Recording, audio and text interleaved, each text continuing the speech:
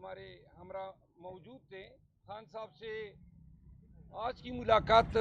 کے دو حصے تھے. پہلا حصہ جو خان صاحب نے اپنی رائے کا اظہار کیا کہ اب جیل میں یہ معلوم کرنے کے لیے کہ پاکستان تحریک انصاف میں کس حلقے میں کس کا ٹکٹ ریکمینڈ ہو رہا ہے، تو جتنے بھی کاغذات ہم لے کر جاتے ہیں، آج میرے پاس ایک فائل تھی جاتی ہوئی ہے، وہ اس بہانے ہم سے لیتے ہیں کہ جی ہم سکین کرتے ہیں، وہ ساری کاپیاں کر کے معلومات اپنے پاس رکھ رہے ہیں، اور خان صاحب سے پہلے وہ معلومات جو ہیں جیل حکام تک چلی جاتی ہے. دوسری بات یہ ہے کہ جیل میں خان صاحب سے وکلاء کی جتنی بھی گفتگو ہوتی ہے، اس میں ایک ڈپٹی سپرڈنٹ یا اسسٹنٹ سپرڈنٹ خان صاحب کی طرف بیٹھا ہوتا ہے، اور ایک جیل کا جو وارڈن ہوتا ہے وہ ہماری سائٹ پہ بیٹھا ہوتا ہے، اور ہماری تمام گفتگو وہ دونوں سنتے ہیں. بار کونسل ایکٹ جو ہیں یہ وکیل اور موکل کے مابین یہ کلاسیفائیڈ کمیونیکیشن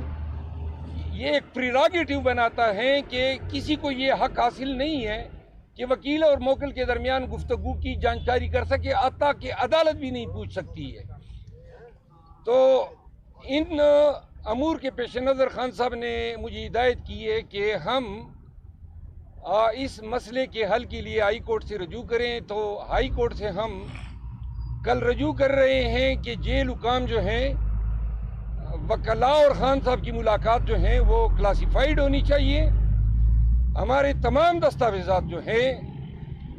یہ ہماری پرائیویسی کے رائٹس پہ بھی اٹیک ہیں. میں جو دستاویزات لے جانا چاہتا ہوں جیل حکام کا ان کے ساتھ کوئی تعلق نہیں ہے، اور یہ زبردستی فائل رکھ کے سکین کر کے یا کاپیاں کر کے یہ تمام راز جو ہیں. اور تیسرا جو مسئلہ ہے وہ یہ ہے کہ چونکہ الیکشن سر پہ ہیں، 1 گھنٹے کی ملاقات سے پورے پاکستان کے مسئلے ڈسکس نہیں ہو سکتے ہیں. تو لہٰذا الیکشن کے ایام تک ہم عدالت سے خصوصی یہ ریکویسٹ کریں گے کہ یہ ملاقات کے جو قدورانیہ جو ہیں وہ بڑھا دیا جائے. دوسرا ایشو خان صاحب کے ساتھ جو ڈسکس ہوا وہ ملک میں پارٹی کے ٹکٹوں کی تقسیم، وکلاء حضرات کے حوالے سے جو پارٹی کی اسٹریٹجی ہے پنجاب میں بالخصوص، کنونشنز، اور خان صاحب نے میری گرفتاری کا بھی تفصیل سے مجھ سے پوچھا. تو یہ ساری چیزیں ڈسکس ہوئی. خان صاحب نے 2 پیغام دیے ہیں. ایک تو انہوں نے زور دے کے کہا ہے پاکستان تحریک انصاف کہ پاکستان بھر میں ورکرز کو کہ ورکرز کا حق جو ہے وہ مقدم رکھا جائے گا. جو ورکرز آڑے وقت میں پارٹی کے ساتھ ڈٹے رہے ہیں ان کے حقوق کو تحفظ حاصل ہے، اور ٹکٹوں کے ایوارڈ کرنے میں پارٹی جو ہے ٹرانسپیرنسی کے لیے میجر لے گی، جو کچھ دنوں میں پارٹی کی طرف سے پالیسی سٹیٹمنٹ کی شکل میں آئے گا. دوسری بات، خان صاحب نے بلوچستان میں کنونشن کے انعقاد پہ خوشی کا اظہار کیا ہے،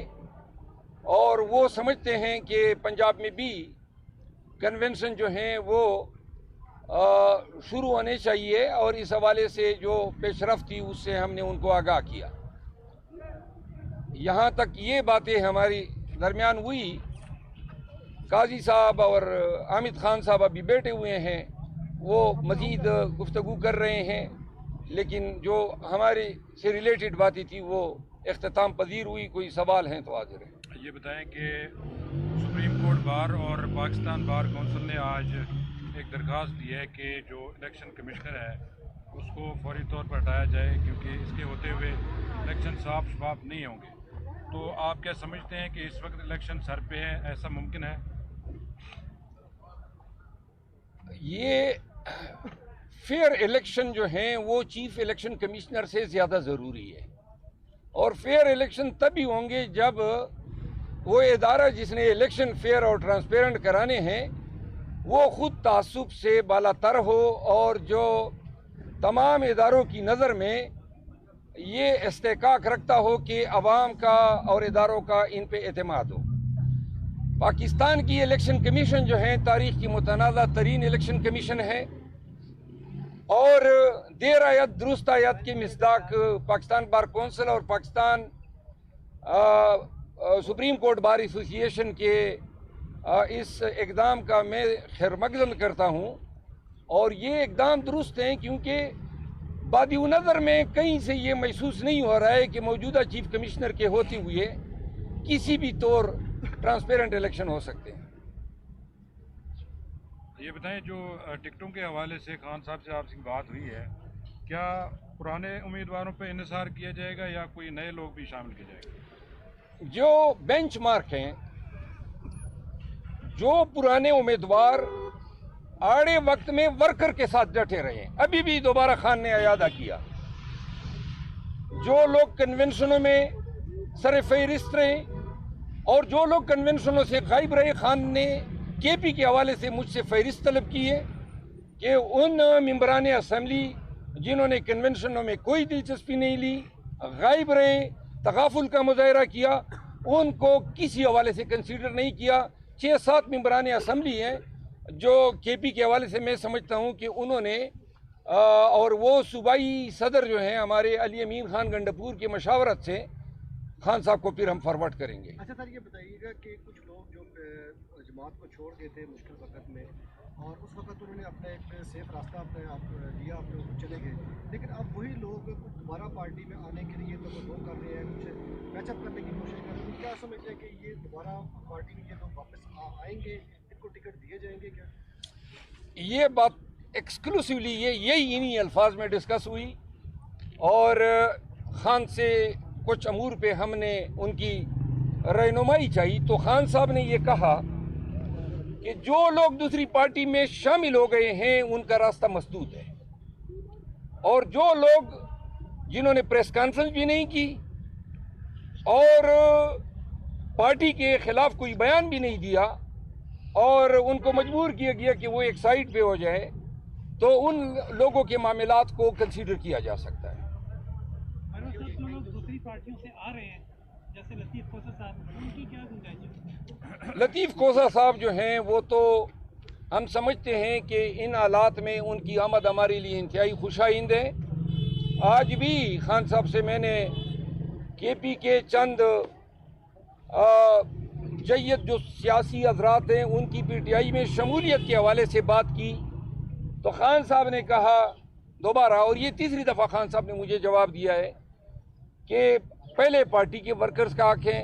ہمیں الیکٹیبلز نہیں درکار ہیں۔ اچھا سر، یہ بتائیے گا کہ 2018 کے الیکشن کو اگر دیکھیں تو اس وقت جوک در جوک تحریک انصاف میں لوگ شامل ہوتے ہیں، جی، لیکن اب بھی کچھ لوگ پارٹیوں کو چھوڑ کے آ رہے ہیں کہ وہ 2018 والا جو حالات ہیں وہی بنتے نظر آ رہے ہیں پی ٹی آئی میں، کہ لوگ آ رہے ہیں ٹکٹ کے لیے اور اس طرح ان کو کنسیڈر بھی کیا جا رہا ہے، تو وہ کیا کوئی میکنزم ایسا آپ نے بنایا ہے کہ وہ لوگ آپ کی جماعت میں آئیں جو مشکل وقت میں جماعت کو چھوڑ کے نہ جائیں؟ جی، فصلی بٹیرے جسے ہم اکثر کہتے ہیں۔ گزارش یہ ہے، پارٹی کی بنیادی پالیسی یہ ہے کہ پارٹی کے پرانے ورکر جو آڑے وقت میں پارٹی کے ساتھ ڈٹے رہے ہیں وہ ٹکٹوں میں ان کو ترجیح دی جائے گی، اور جو نئے آ رہے ہیں اس امید پہ کہ پارٹی ٹکٹ دے گی، وہ یہاں پہ ہمارے پاس ان کا چیپٹر کلوز ہے۔ یہ بتائیں، جو چیف الیکشن کمشنر پہ آپ عدم اعتماد کر رہے ہیں، ان کی تعیناتی تو خان صاحب کے دور حکومت میں ہوئی تھی۔ جی ہاں، باجوہ صاحب کی تعیناتی بھی نواز شریف صاحب کے دور حکومت میں ہوئی تھی۔ Thank you.